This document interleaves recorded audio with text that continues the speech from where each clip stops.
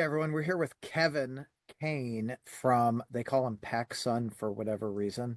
I want that story in a minute. From Knocked Loose. Knocked Loose is, you guys all fucking know him.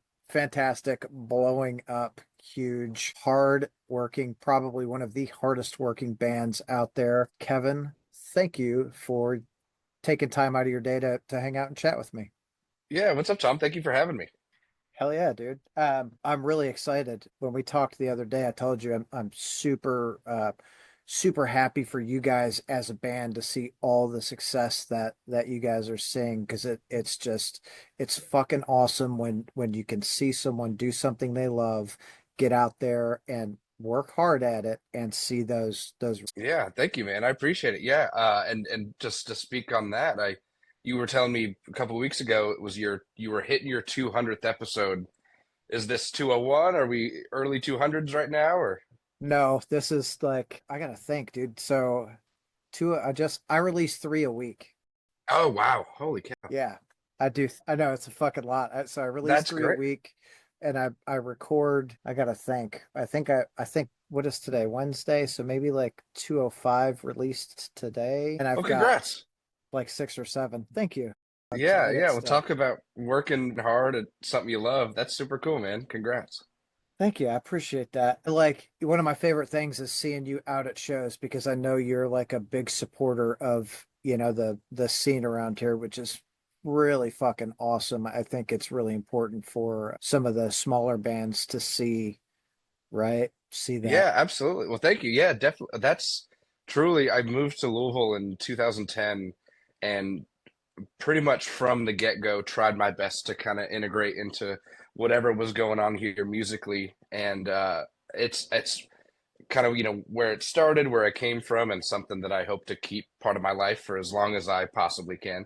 But my little brother, he's in a couple bands now. He's 20 years old and they're playing shows. So if he's at a show, I'm hanging out with him. He's showing me new bands in the area too. But I love it. It's just one of those things that I get a lot of joy out of, and I love seeing him now be a part of it too. But it's fun, man. I love not to be a cornball, but love live music. Like love seeing a show. I love the energy. Louisville's got a great scene, so it Dude, makes and me happy. JP is a great front man, dude. Yeah, He absolutely crushes it. Like I saw them, I don't know, I think I've seen Surfaced four or five times now, and I'm just like, hell yeah. Like even in dude, those few times to see the growth that he's had is fucking amazing, dude. man, he's doing stuff. I'll watch him play a show, and he'll make like a new noise, and I'm like, where do you learn to do this stuff? And I kid you not, he told me, he's like, I would practice on my drive to school every morning, like in the car. And I'm like, well, something's working. Good for you. Hell yeah, dude. Well, that's what it takes, right? Is that practice. You practice where you can, when you can, whatever it is, Definitely. you know? And self-discovery is always super important, and especially I tried to do vocals in a band almost 10 years ago, but to see him, he is way better of a vocalist than I could ever be. And it's cool that that's kind of the route he found and the route he went for himself. But I appreciate that. I'll tell him you said that.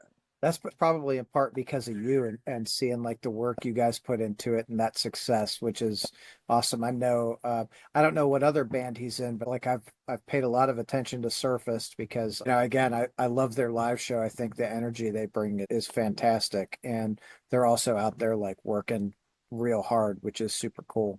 Oh yeah, he plays guitar in a band called Shattered Cranium, and I think they're playing on Friday. He was asking me if I was going, and I don't even know where, but I could pull that up. If you got nothing going on Friday.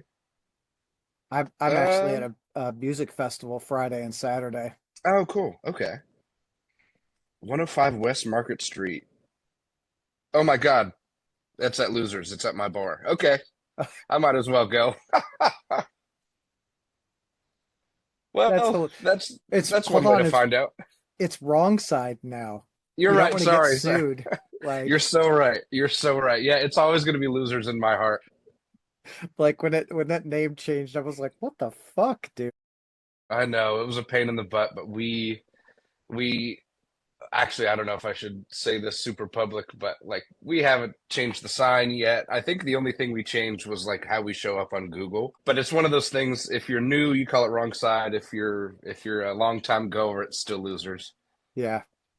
I think that's, that's another like really cool aspect is that you guys put back into the community, which is, I think for any like art community, right? You're always looking for someone to like make it, whatever that means, and turn back and really give back. And that's like Losers has been, for me, I don't know.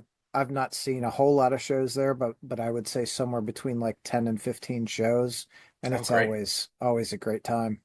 That's cool. Thank you. Thank you. It's one of those I didn't think we were gonna do shows the way we're doing shows now originally. We wanted the first year of being open, we tried super hard to do some kind of live music like 7 nights a week. That was the goal. And we've kind of transitioned from the classic, bar gig, whether it be acoustic or a cover band or something like that, to I've talked to my business partner yesterday. We've got six local promoters booking shows out of that room, which is hilarious to me because I'm thinking it's just a 50 cap room. Like, you get 50 people in there, it looks crazy.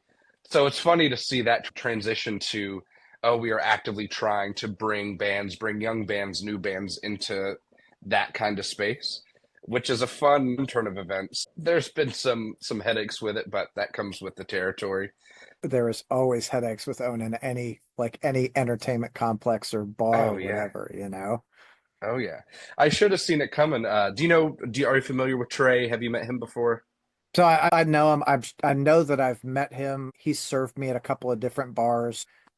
Yeah, I mean, his family's been in the industry since, gosh, the 70s. His dad and mom have owned bars, clubs, restaurants for a long time. And the last venue that he had, it was kind of clubby, and then he really leaned into wanting to be a venue owner and operator and promote shows that way. So I think this is cool that he's able to get into this space and then scratch that itch by working on these shows. He takes care of the calendar and stuff like that for us. But I just love that. I'm like, oh, JP's playing on Friday. Where at? Oh, It's my place. at my place. That's fucking awesome. He's gonna be Uh, like, "You son of a bitch, you didn't even know." well, he was asking, hey, are you going to that show? And I said, I'll see. And now I feel more inclined to. Yeah, it's at my place. I gotta go. Like, oh shit. Yeah. Yeah, yeah, yeah. That's cool though, especially like those smaller rooms, I think for a lot of like up and coming or even out of town like newer touring bands to have that smaller room to fill out, and make it look a lot, you know what I mean? Like what does the camera say, Because that entices the Exactly. people to come. Like shit. Exactly. It's one of those spots that it doesn't take too many people to bring that kind of energy for if it's a hardcore show. Even if five people are moshing, it's like, all right, half the room's moshing right now. Yeah, But it's cool. It's fun to see who we've had come through and who continues to get booked there and stuff. And I'm curious to see where it goes in the future and what we can pour into that space to improve it as well. But it's been a fun project. It's definitely been a lot of fun. for sure. That's super cool. That I think one of the most memorable shows that I went to there was like it was Southpaw and Surfaced. Oh And yeah, I don't remember. There was Resistor was on that, and there's like I think two locals, Vile and who was that? Was it Give I Up? it might have been Give Up. They've definitely come through a bunch. I'm trying to think if I was home for that because I know Surface and Southpaw toured together, Yep. and it must have come through. I don't know if I was home for it, but I do remember that flyer popping up. I don't think you were home for it. I think you guys were in like Europe or something. It all blurs together at this point. Yeah. What a what a hard life. Oh, I gotta go to Europe again. I Like know, I know. Well, it's one of those things that we've toured with guys that have been touring for 15, 20, 25 years, and there's always this kind of reluctant energy kind of having to go to Europe and what I can kind of deduce from that is it is harder to get over there. You're renting gear most of the time.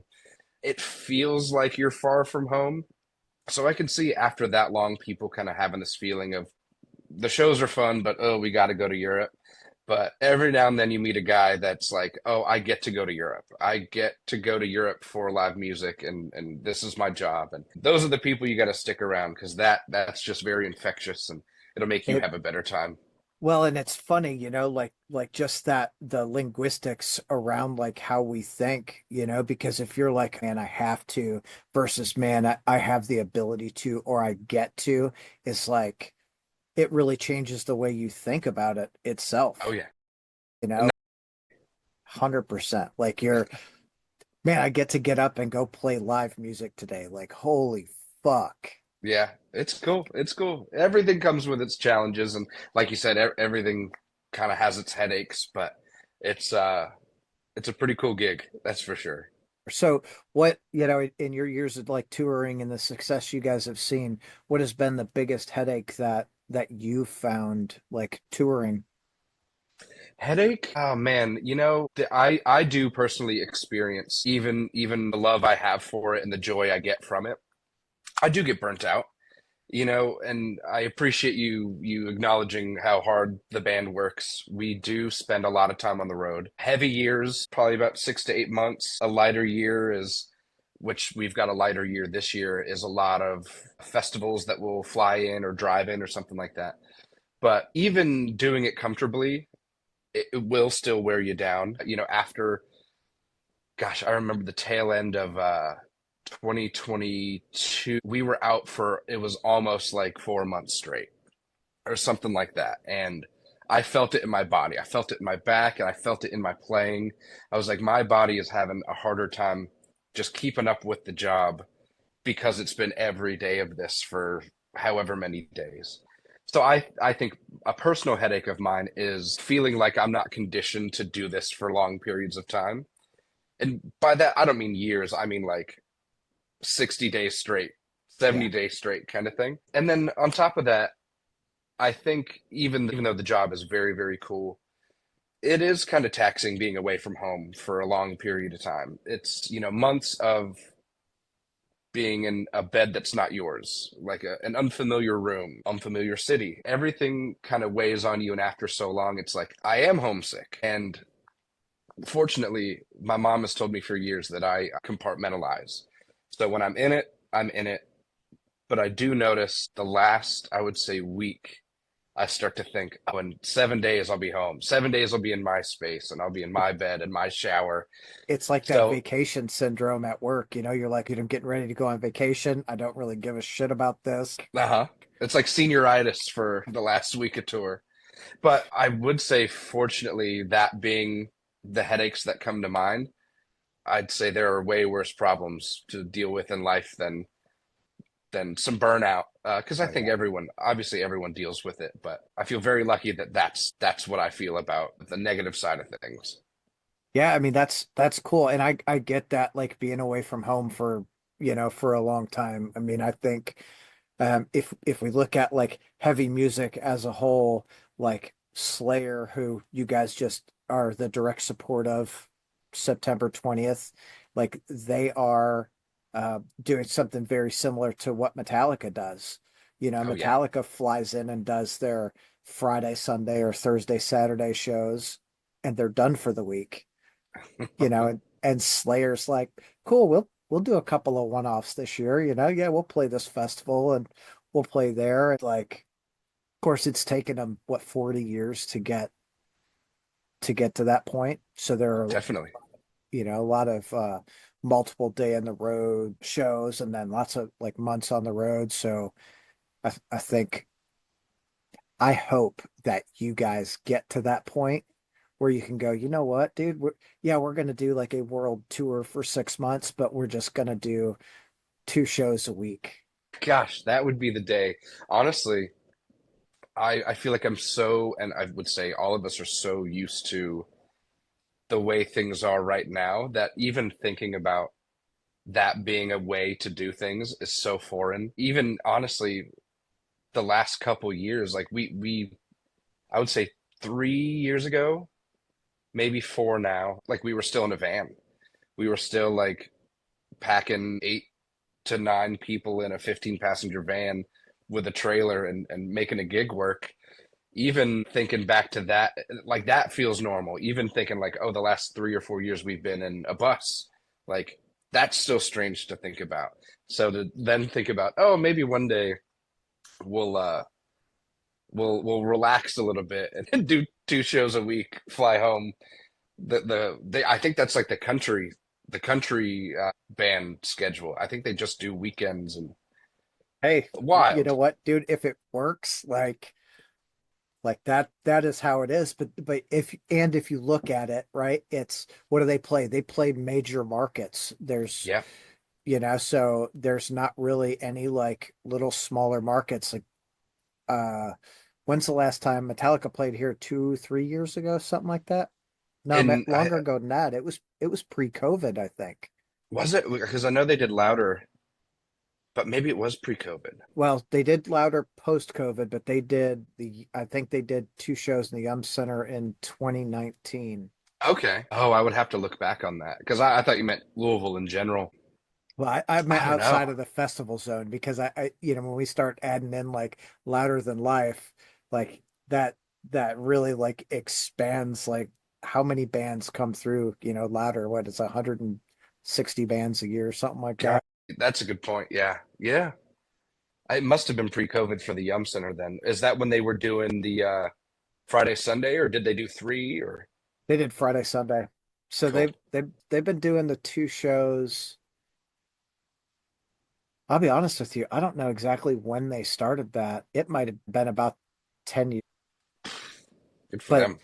yeah, to be at that point where they're like, yeah, cool, we'll just do 2 shows. And I'm Yeah. sure, with like James's struggle with sobriety, that really helps him. So he's not like stuck around, like the drinking and what have you all the time. Yeah. And I feel like, gosh, they must be close to 60 or in their 60s to live the lifestyle of what 20-year-olds are actively trying to I guess chase after years and years, decades of doing that. Relax a little bit. You deserve Yeah. it. Yeah. I mean, that's it. There were another like, I often reference like Metallica and Slayer and Megadeth and Iron Maiden because those are the bands that I grew up with. You know what I Yeah, mean? cool. Like my introduction into the heavy metal world was Kill 'Em All and, oh shit, I'm blanking. Some early Slayer albums, you know what I mean? Like that was my introduction. I mean, dude, I'm fucking almost 50. But We look great. Never would have guessed. thank you. It's, seeing the work that all of those bands put into it, the time on the road, the time in a van. Dude, I mean, in those days it wasn't even like rent a van. I think one of Slayer's first tours, they rented a U-Haul and like someone drove, another car behind the U-Haul. Like, holy Uh-huh. shit, you Uh-huh. know? I believe that. It's one of those things. If you want it bad enough, you make it work any way you can. But Yeah. that's cool. Just hey, throw the gear in a truck and we'll hop in mom's sedan and make it happen. Yeah, it's it's making your own way, which is what I think historically like heavy music has always been about. It's not about like, well, I'm gonna wait for someone to offer me a show. It's, hey, you got a basement we can play in? Let's go do it. Like we can only make money selling merch. Awesome. We'll just make more shirts and do it cheaper, whatever that looks like. Yeah, yeah. I love it. And I'm seeing a lot of that. I know we talked about it a little bit, but I see a lot of that in Surfaced right now. JP will call me and say they've got a bit of a team working with him now, but he would call me and say, do you know anyone in Georgia? Like, how do I go play in Georgia? I'm like, well, you're going to want to get on Facebook and message this guy. And then how about that? We used to live in Jacksonville. Let me see if I know anyone in Jacksonville, Florida. And they have really tried to make their way around on their own. And then, like you're saying, printing shirts. JP was trying to work at a print shop for a little bit, and he's thinking, oh, if I'm working here, I can probably do ours for cheaper. We're not paying for labor, whatever it is. I just Yeah. there's a grind with this lifestyle, and I think if you got it, you got it. If not, you don't, and that's going to show who's going to kind of break that barrier a little bit.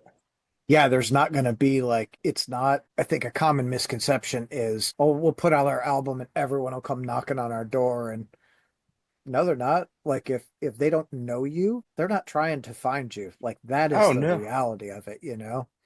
absolutely, absolutely. There's a lot of work that goes into, I think, front to back in anyone's career, but the early stages are a grind.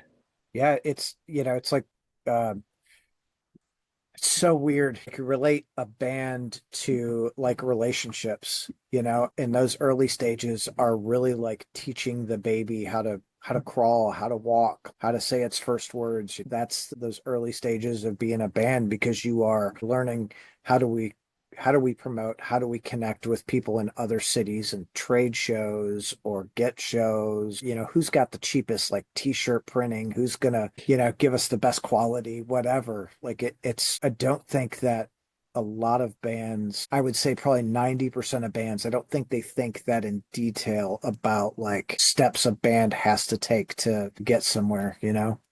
Absolutely. Absolutely. And I think everyone's path is going to be different. I think some people might live in a better location for it. You know, if you're coastal, you're getting more shows. If you're in the Midwest, it might be a little tougher to make that work. If you're taking long drives to get to the next city to play your next show, even in the early stages, it's tough to get out of town.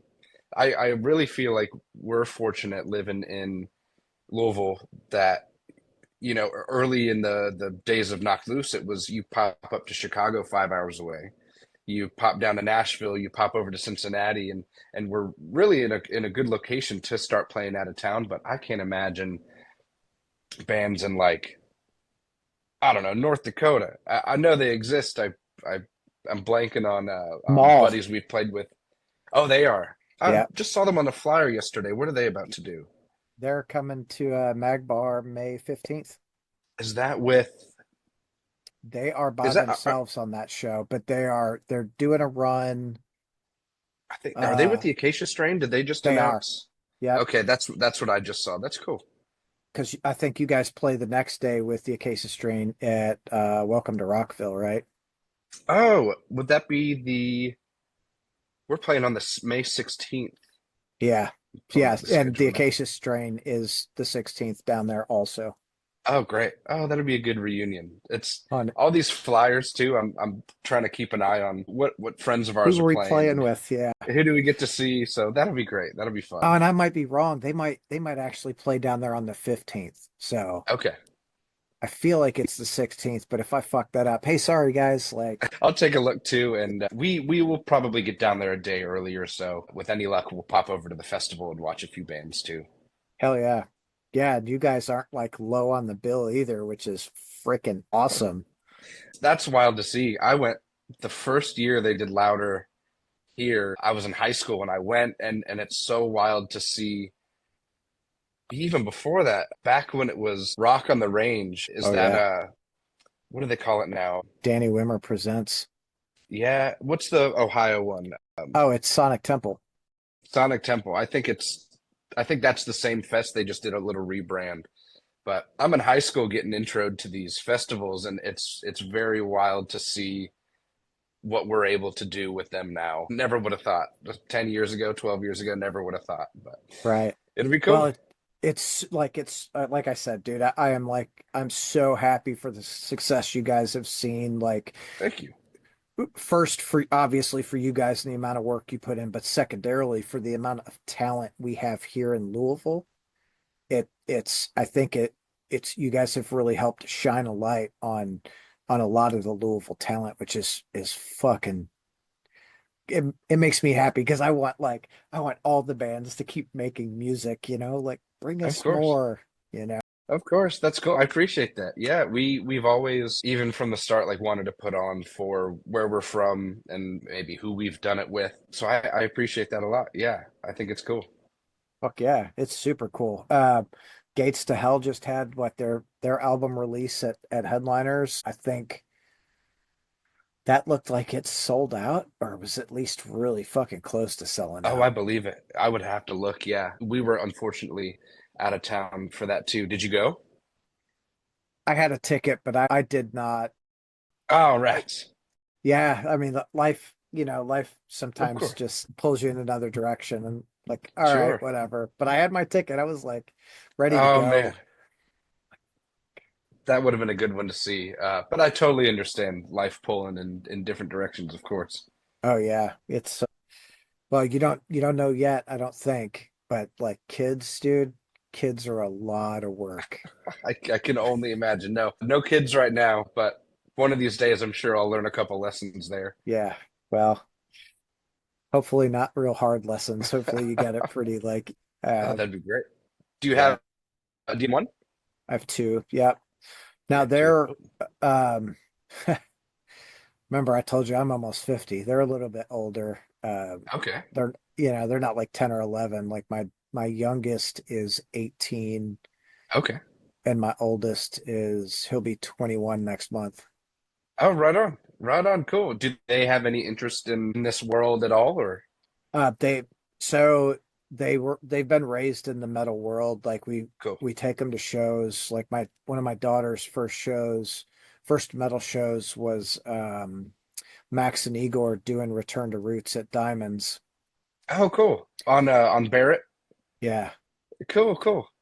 that was her like introduction, and I think she was probably 9 at the time. So she walks in and all there's a couple of locals that were playing and they see her with her little blue hair and they're like, "You're the coolest thing ever." So they like sign drumsticks and CDs and give to her, and I love it. she was fucking hooked like right at that moment. Just like, That's hell cool. yeah. That's cool. Do they go to shows kind of on their own time, or do you guys all go together, or what's the dynamic there?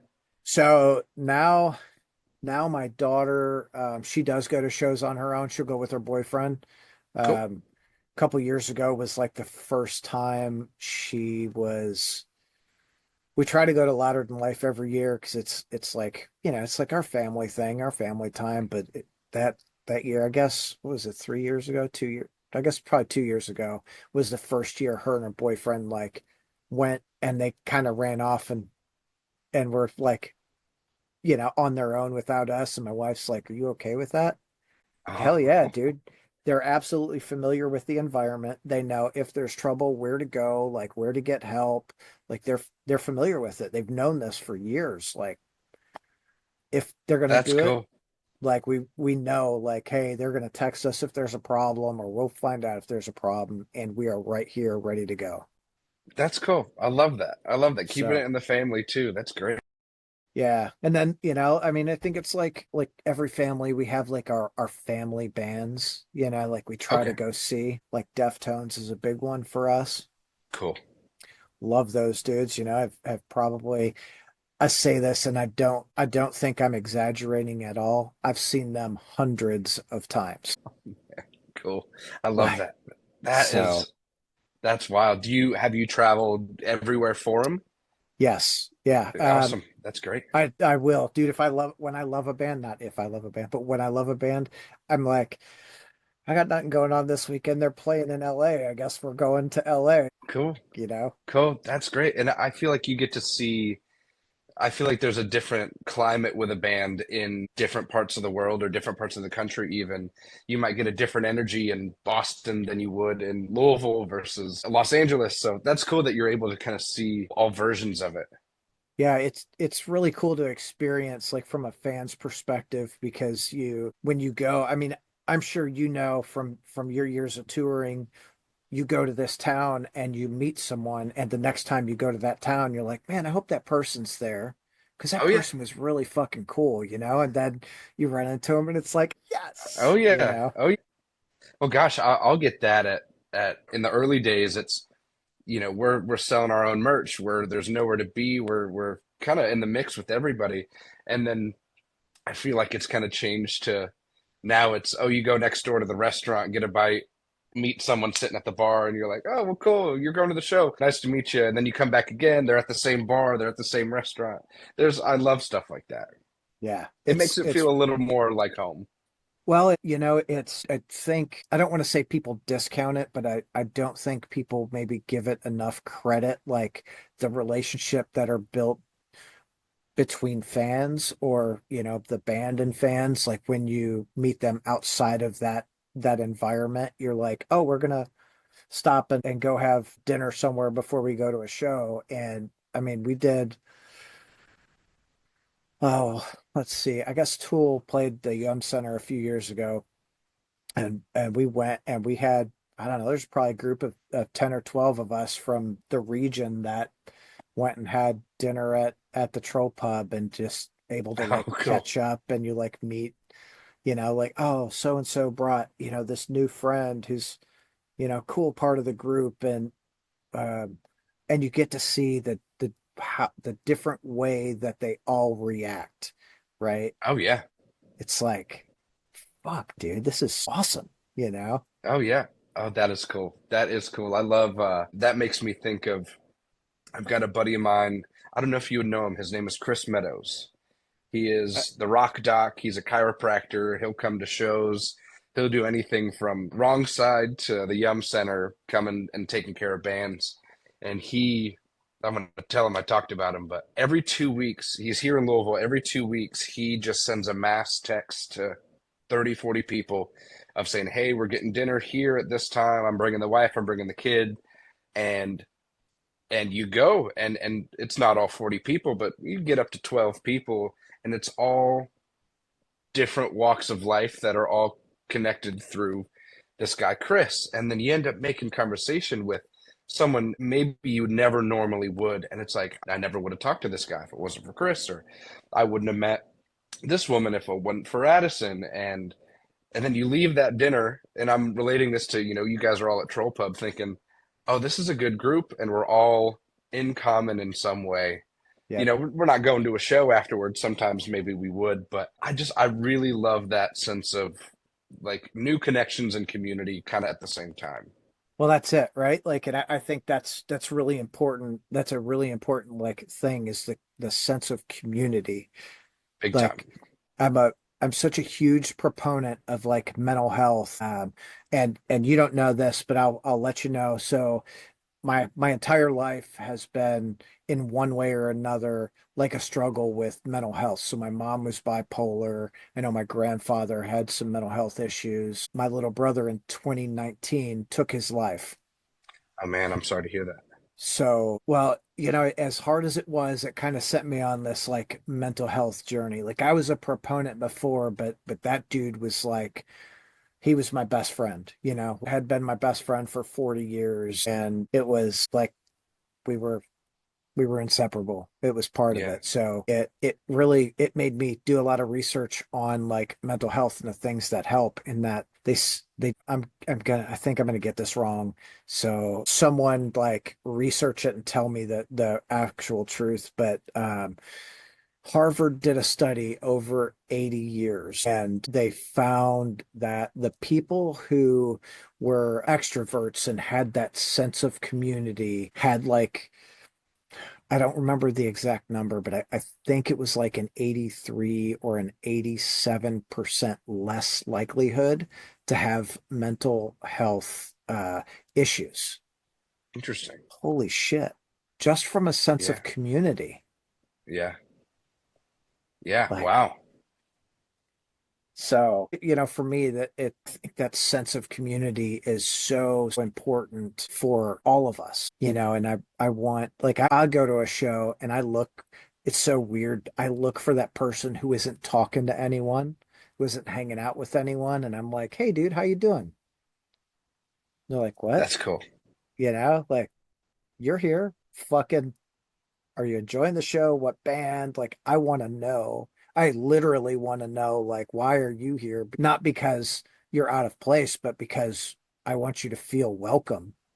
You know, Absolutely.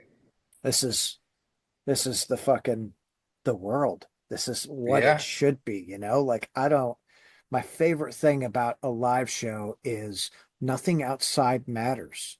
Your political preference, your religious preference, your sexual preference, none of that shit fucking matters. We're here as human beings enjoying a band. Oh yeah.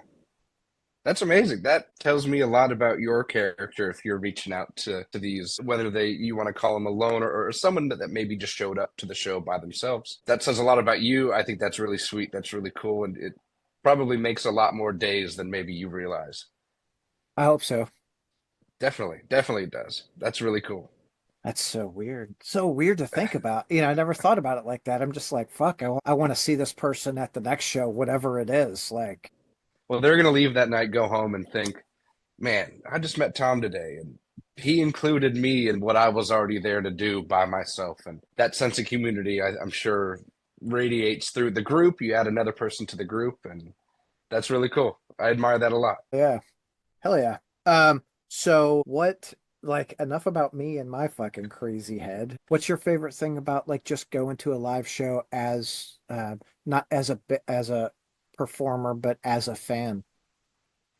Oh, I love it. If it's a band that I've followed for a long time, of course, I want to see the songs I love and hear the tracks. Most of the time, I feel like these days I'm lucky enough that it feels like I'm catching up with friends. If buddies come through town, I make it a point to go see them. If I can't make the show, maybe we grab a meal. And if it's someone I've never heard of before and something clicks, it's the excitement of, oh, I just found something new. I just found something new that I like. An example was the other day at Portal, the Fit for an Autopsy came through, and a couple of those guys that have been buddies for a long time, and the band that opened for them, they're called Mugshot. I don't know if you've heard of them.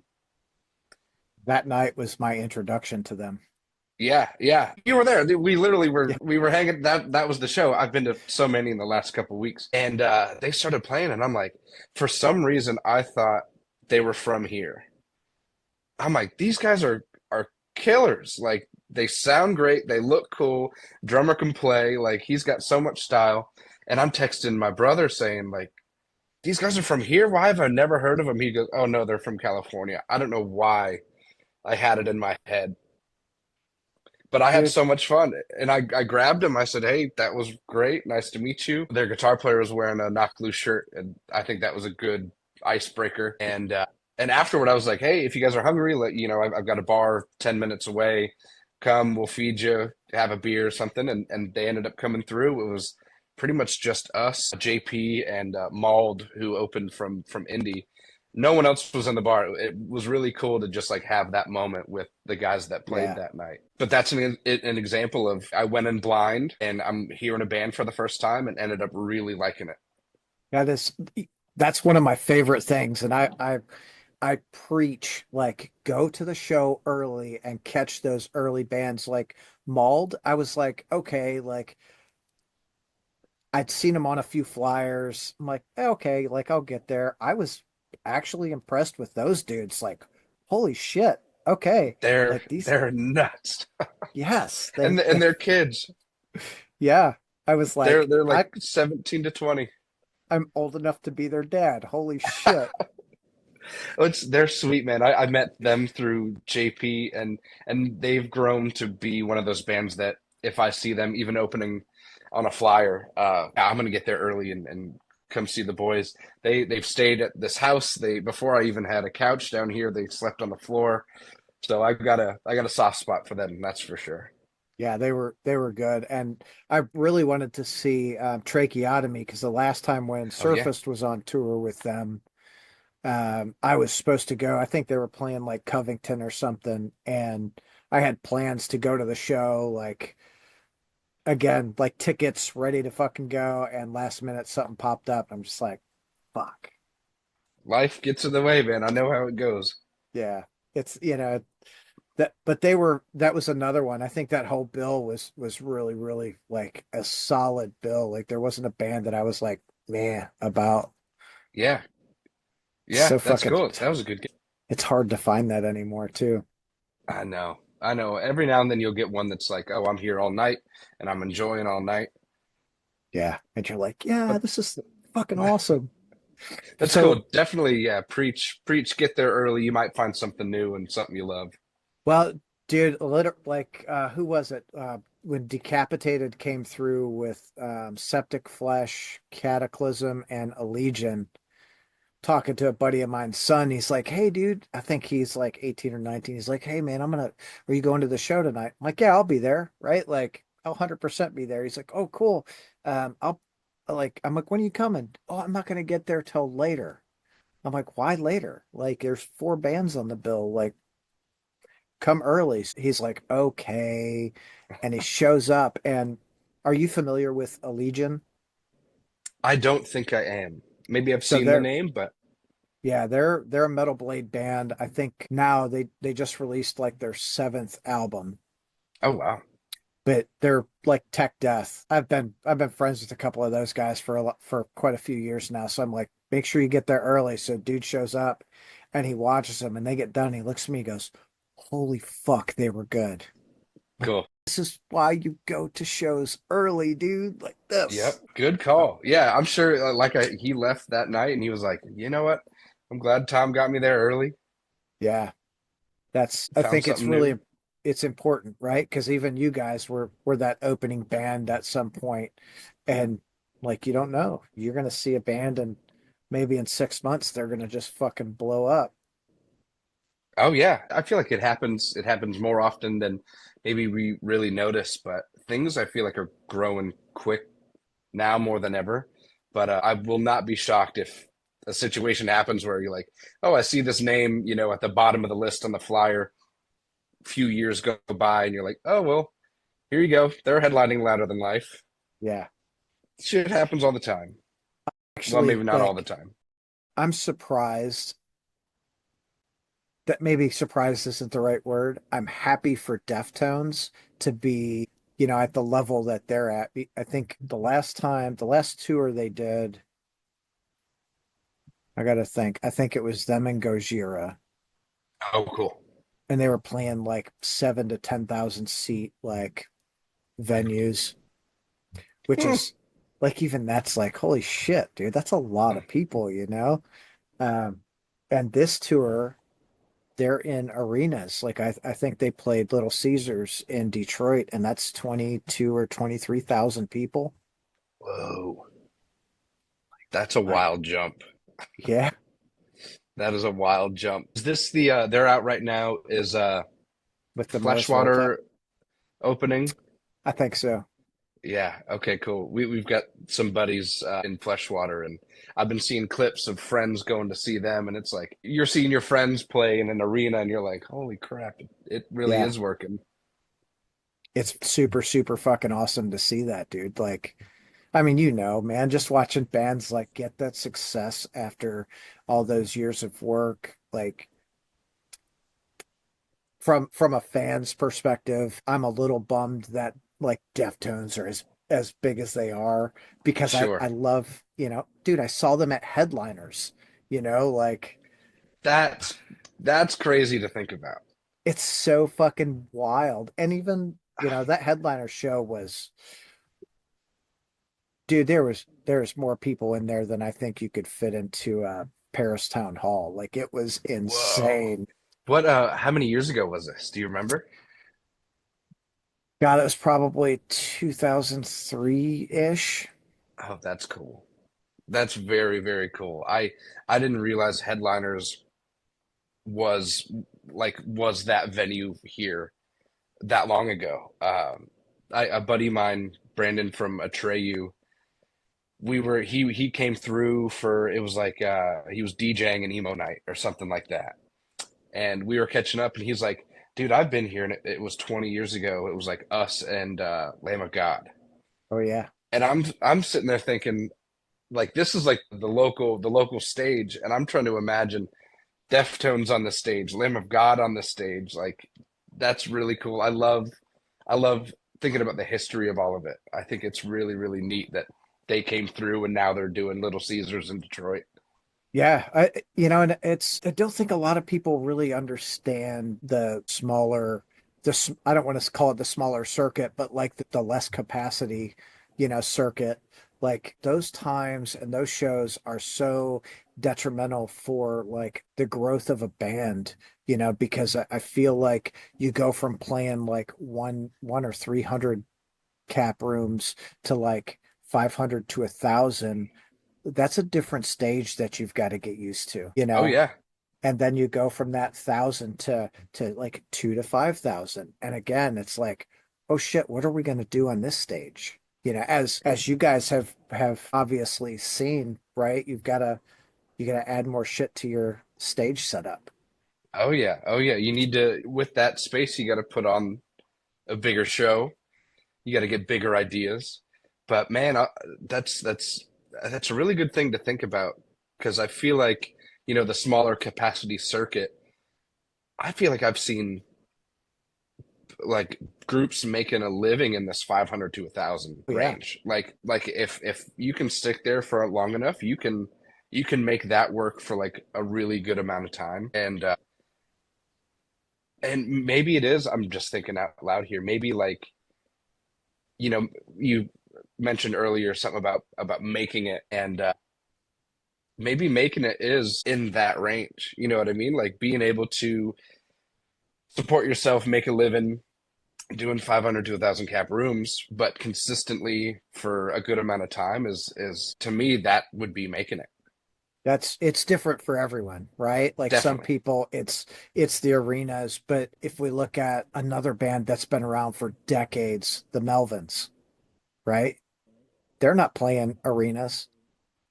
Like they're almost every time they come through Louisville, they play headliners. Okay. They're at they're getting ready to come through with Napalm Death, which is going to be wild. Cool. Cool. But they're at Mercury Ballroom that night. I think is that the night? I think that's the night you guys are in Rockville. I think it's the 16th. Okay. I'm But missing all the fun. no, you get to have all the fun. But what do? They found ways to like merchandise themselves. What One of my favorite things is posters. I Oh, absolutely love posters. If I go to a show and I have to steal a poster from a wall, I will steal a poster from the wall. Like right on. whatever. But I probably got a half a dozen Melvins posters around my basement, Cool. Cool. So you're going to that gig. You're gonna go see them 100%. and Napalm. Yeah. Cool. Yeah. Dude, I just saw Napalm. Oh, we did, what was it? We did Headbangers Boat in October last year. Oh, fun. That Oh, was, that'll be sweet. oh man, it was so awesome. So Napalm Death was on there, and they did 3 sets, and I got to see them in, I guess one of the theater rooms was probably 800 or 1,000 people. Oh, wow. And then they played, was it, they played a stage, um, that was maybe 150 people. Cool. That's where I thrive, is those like smaller venues. God, when you guys played Portal, Oh yeah. dude, that was so fucking wild. Oh yeah, we love doing stuff like that. But that's cool on the cruise. 3 sets, did they do 3 different rooms? Yes. Or did they do the big and then the small? Was there like a medium? So, well, like I think I gotta. So I think the theater room was like the medium room. They had Okay. the pool deck, which is where like Lamb of God played both their sets. Okay. They played out there once, and then they played the little one, and that little one was super cool. We watched Frozen Soul like play a couple of sets there, and there was this dude in the King Kong fucking thing in the mosh pit. Dude, it was so great. Jeez. Characters. That's so cool though. Yeah. Oh, Uh, that's got to be fun doing a cruise. Being on a cruise and seeing a show like that. Dude, you guys should do next year's with Lamb of God. That's what we need to make happen.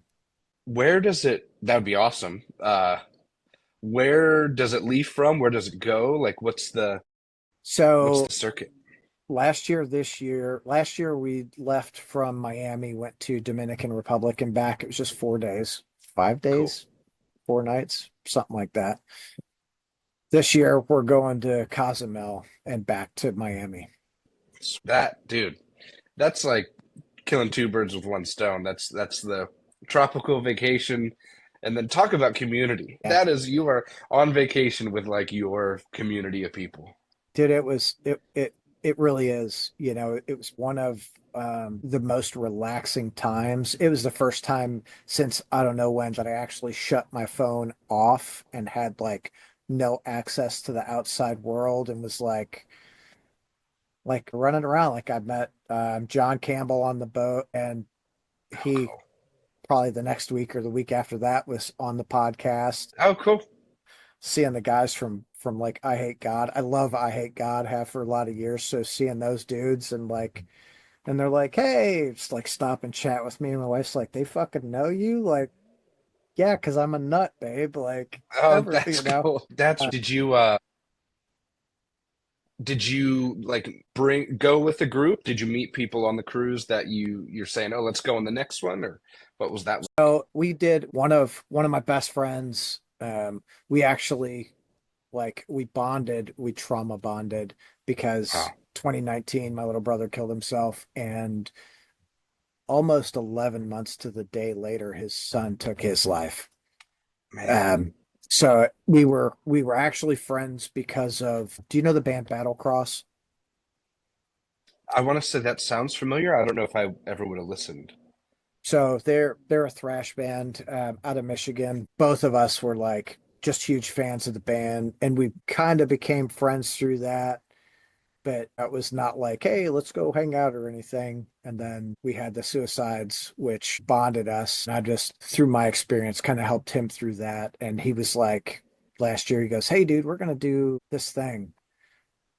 Okay, sounds fucking awesome. He's like, cool, I'll buy your tickets, just pay me back. I'm like, all right. So we went, we met some people, just had a, I'm not tell you, dude, had a such a good fucking time. I believe it. I believe it. I love that. The only thing I can relate to is I went on, my best friend lives in Jacksonville, Florida, and he and I went on a cruise when, oh man, I think it no occasion. It was just, hey, we both have time off.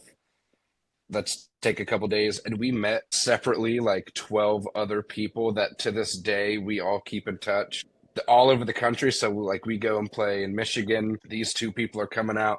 We're playing in Florida. These guys are coming out. Nashville, we have a place to stay, that kind of thing. And the band kind of makes fun of me for it because we will be somewhere and I'll bring a friend of mine that I met on the cruise and introduce him. And the band's like, how many people did you meet on this cruise? Like every other day, you're bringing someone around that you met on this cruise, and I'm like, hey, friends for life. I don't know what to tell you, but I Dude, think that's super. And it wasn't even like a headbangers cruise; it was just a just a classic, cruise.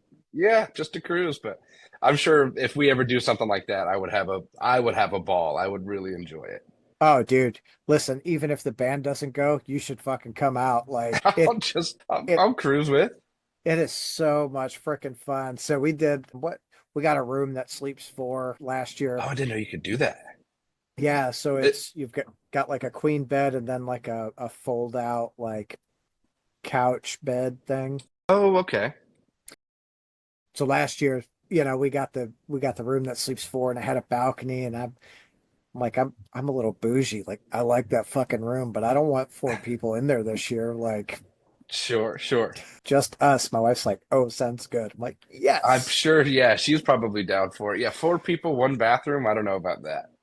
But really, it like that part of it isn't so bad because like sounds funny, but like when you go to a metal show, you have what the smells that you're familiar with are like cat pee, BO, you know what I mean? Like that's a metal show though. It's like Uh, it's a mix of like weed, BO, and cat pee. You're like, okay. I don't know what's going on here. Did Um, the breeze of being on the upper deck help with that at all? Or had no issues with it at all. I smelled a lot of amazing, weed, but other than that, like it was good.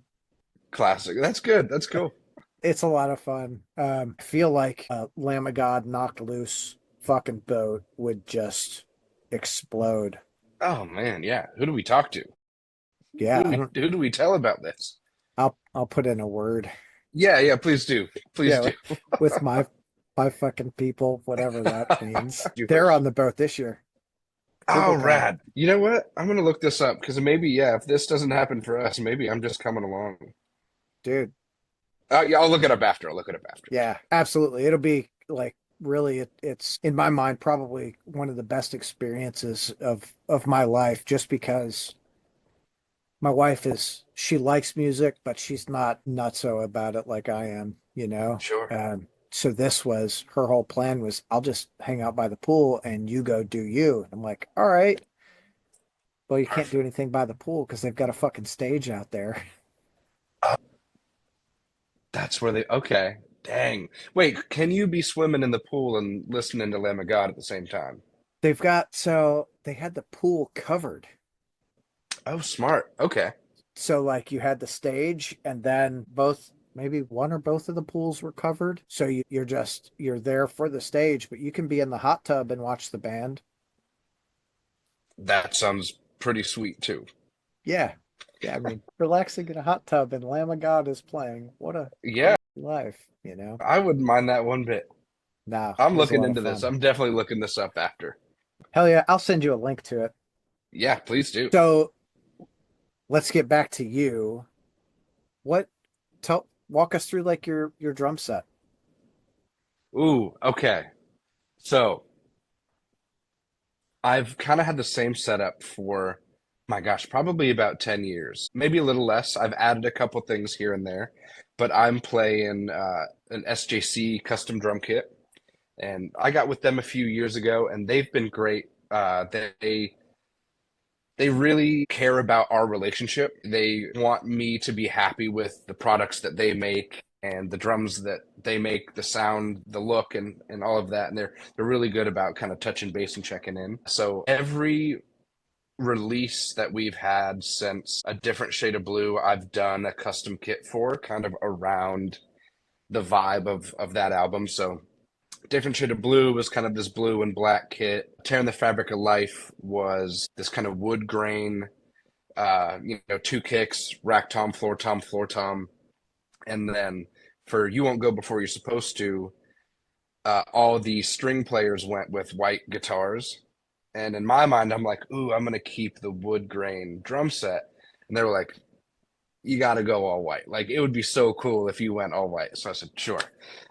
So the most recent kit I've got two 22-inch kicks, a 10-inch rack tom, 16-inch floor, 18-inch floor, and then cymbals are all Zildjian. I've been with Zildjian for maybe 5 or 6 years now. And Eric Gross is my guy. He's my rep for Zildjian and Vic Firth. And pretty standard. I've got new beat hi-hats, a 9-inch Oriental Splash, 12-inch Oriental China. And then I play two 20-inch A custom projection crashes.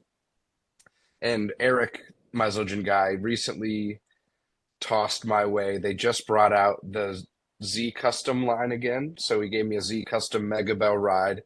That's been great. It's classic. It's timeless. It's awesome. It'll never break. And then China's have been tough because I typically play a 19-inch ultra hammered.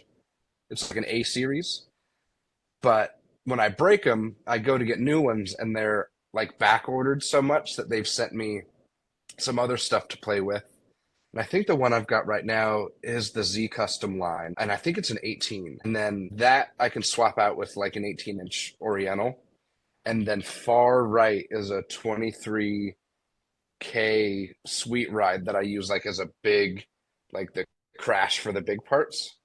And then the most recent ad is from SJC. I got a little 10-inch side snare added on because I did a couple new little groovy things on the last record with a side snare. We wanted something super like high pitched and pingy, and I got to start writing with that thing again. I need some ideas, but I also I don't know if I'm ready to talk about this yet. Uh, Yes, you are. I've used. I'm so ready. I've used Tama Speed Cobras for the last probably decade. Um, Loved them. They were great. And then I recently got a pair of these. I don't even know what they're called, but they're Pearl's new direct drive double pedals. Do you play drums? Am I just No, talking I now? don't play Okay. drums, but I understand Okay. completely. Okay. Well, I just got these new Pearl, and it's my first time ever playing Pearl pedals or really having any piece of Pearl gear. But they're new direct drive. I think it's their like Demon XR or something along those lines. And ended up really liking them. I just brought them to Europe. We did a couple weeks worth of shows in Europe, and like I played them live. I play them at the house, and it's my first time in 10 years like using something new. So I feel weird about it, but I really was digging them. That's cool. So you hear that, Pearl? Yeah, hey, send me an email. Let's see. Yeah. Let's do something for Kevin here. Let's get him some free pedals. That would be incredible because they were a pretty penny for, and I get it. They're so machined and perfect, and but I had to give it a try. I'm thinking it'll make me better. If that's the case, I'm getting in You touch. know, it's funny. A lot of people are like, you don't really need the high end stuff if you're really good. But I think when you're really good, when you get the high end stuff, you don't notice it as much, but it does. It increases your speed or your accuracy because you're not, especially with the double bass pedals, like you're not using as much energy to get them to go back and forth. They're very true. My drum tech, Jacob, when I brought him out for the first time, he played on them too, and he was like, it feels like nothing's there. I was like, good, maybe that's the point. But that's funny you mentioned that, really good players playing on crappy gear. There's a video of Chris Turner. He's an English guy and phenomenal drummer. Some of the stuff he does is unbelievable. I don't know how he can make his body move the way he's making it move. But he did a video where he played on, it was like the first double pedal ever made, like the mechanics. And it was very strange. Like, I don't know how, I don't know where he would have found it, but he is doing insane footwork on like these janky old pedals from God knows when. And really, one of the top comments was like, see, it doesn't matter what gear you have. Like, if you're good, you're good. Like, if you practice, you're good. So I've thought about that a lot lately, is putting the time in, but maybe it is helping a little bit. Some new Well, gear. I wholeheartedly believe that. And I think about it in like, so I used to be a warehouse manager. Okay. And so like when you think about like think in terms of productivity, a lot of those productivity growths are so minute that it's, like it doesn't we change this gear and it's over the next year it's supposed to save us $1 million in labor. But, Mm. you know, does it really? Right. Whereas I think when you're like a drummer or a guitar player and you've got some really fast action, you can really see your accuracy improves because you're not trying as hard to get, that next note or whatever it is, and you're not putting as much energy into, hitting the pedals because it feels like nothing. Like, dude, Yeah, we're not doing anything. So the technical ability, it increases because it's a lower threshold. It's a lower energy threshold to get to the next thing. that's true. I am a big believer in small changes compounding into larger results. So I'm gonna start thinking about that a little more. Yeah. You should make some videos between like Oh, I'm I'm that guy. Like you should totally do a video and like if it's only for yourself just to see the changes between how the pedals react or how you react to the pedals. honestly, that's yeah, not a bad idea because I rarely see like that angle. If I were to get, videos of the mechanics of the pedal working, it's not a bad idea. Yeah. That's yeah, Give that's that a crazy shot. to think. One of my favorite things, Battlecross was doing their final show. They were going on hiatus for a while, so they did a show in 22, I think it was. And I did I streamed it live, like up there on stage with the phone and all that. And um the one thing that I love drummers, like I'm always in of a good drummer because I don't have the coordination at all to do that. So I did their drummer is Brian Zink. So I made sure to film some of like Brian's footwork and show like him. And I think that went over really well. People were like, holy shit, because no one ever shows the fucking footwork, That's true. Yeah. you Yeah. know? So people that were watching the stream were like, this guy's crazy. Yeah, like that's super Oh, cool, cool. you know? So it was that that was really fucking neat. That's rad. Ah, God, I wish they'd play another show. I love those dudes so much. Yeah. You said hiatus, not fully done, just taking a They called break it a or. hiatus. I'm a firm believer that if a band says they're just going on a hiatus, at some point they will return. But I did an episode with them last year, and in the episode, one of the guitar players said, you know, like he's like, I think we need to do another album. I'm Oh, like, oh, I love that. Like this makes me happy because you know the dudes are just they're super super good dudes, and they're I'm gonna say they're a little bit older. I mean, they're like probably late 30s, early 40s now. okay. So they're trying to do the band thing and have kids and you know do the Mhm. families. So it was you know some I guess too much for them at that time. Sure. It's got to be tough to juggle. I mean, I truly can't imagine parenthood yet.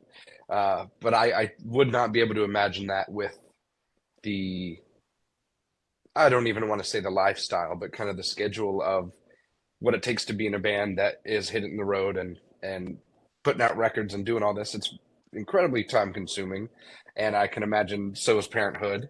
Yeah. Uh, I know some people do make it work, but maybe the hiatus that they're on is recalibrating and figuring out, hey, can we make this work? How can we make this work? And that could take a little bit of time.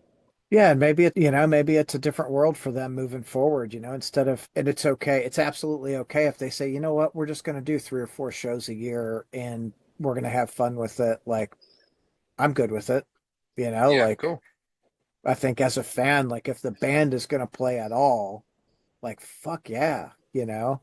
Oh, absolutely. That's cool. Um, They've gotten to that point of out of the van and 2 nights a week, yeah, 4 weekends a year, whatever it may be.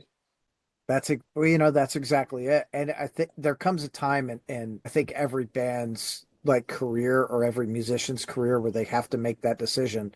Are we gonna like keep hitting it hard or you know what? Maybe there's something else to life because I'm too homesick or Sure. whatever. There's a balance. There's a balance to everything, and maybe for a while the grind makes sense. And maybe you're working now to relax more later, kind of idea. But I also can't help but think the time spent trying to figure all that out is what you also should be enjoying. Got a buddy, Cody, he plays drums for Jelly Roll, made the Nashville move, and he tells me about these kind of like writers' nights and you're all kind of jamming, round table jamming. I think that is so cool. I've never done anything like that, but I Dude, you love and that I will take a idea. trip down there one week and we'll go hit a couple of them because you'd be amazed like it's another like part of the community. You meet so many people and there are like metal musicians who are trying their stuff acoustically and then there's country, you know, like songwriters that are there and everyone's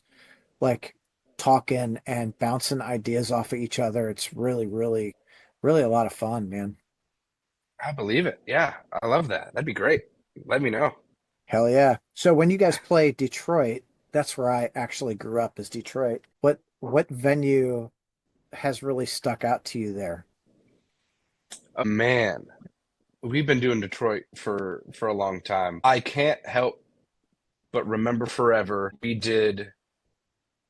It was like the old sanctuary. That was. I don't know. It felt. Was it an old church or something, or it was just like a room in a place. And this is 10 years ago, 2015. But that was like the first or second night of maybe it was the second night of my first tour ever. We were at Sanctuary in Detroit. And then the last time we were there, I want to say it was I think it was the Fillmore with Motionless, if I'm not mistaken. That's a But cool that room. that would have been a couple. Yeah, I loved it. I thought it was great. Oh, low battery. Hopefully this lasts.